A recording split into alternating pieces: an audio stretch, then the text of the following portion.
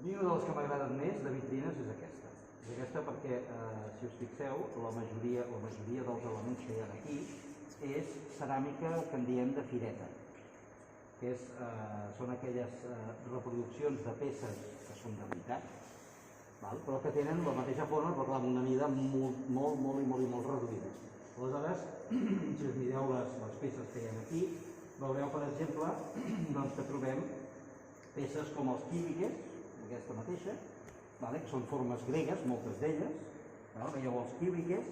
Aquesta vermella d'aquí és un esquifos. El que passa que és un esquifos, la forma és grega, òbviament, però en aquest cas és un esquifos ibèric que imita els esquifos que els ibers imitaven dels grecs.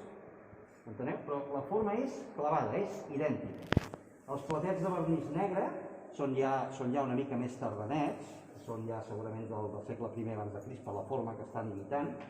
En el cas d'aquest primer de l'esquerra, està imitant una forma dels tallers de Cales, els tallers de Cales són a Itàlia, i és un plat que els arqueòlegs en diem la forma l'ampolla 5. És un plat molt habitual en aquest període, però és que imita els seus originals, els imita fins al darrer detall.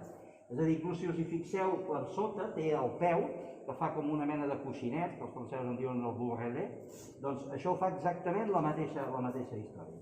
També fixeu-vos que imiten peces que són molt populars, són del món grec i en el món ibèric, com per exemple la jarreta de tipus empurità, que són aquesta d'aquí dalt de l'esquerra, o és aquesta d'aquí al costat de l'esquifos vermell, o just el vas que té al darrere, que és tardà, que ja no té nansa.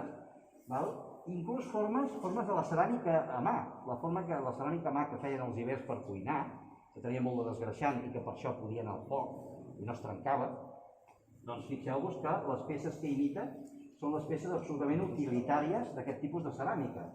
Per no parlar de les peces que teniu aquí al costat, que són jarretes, que són petits tupinets o de més. I evidentment les nines són molt maques.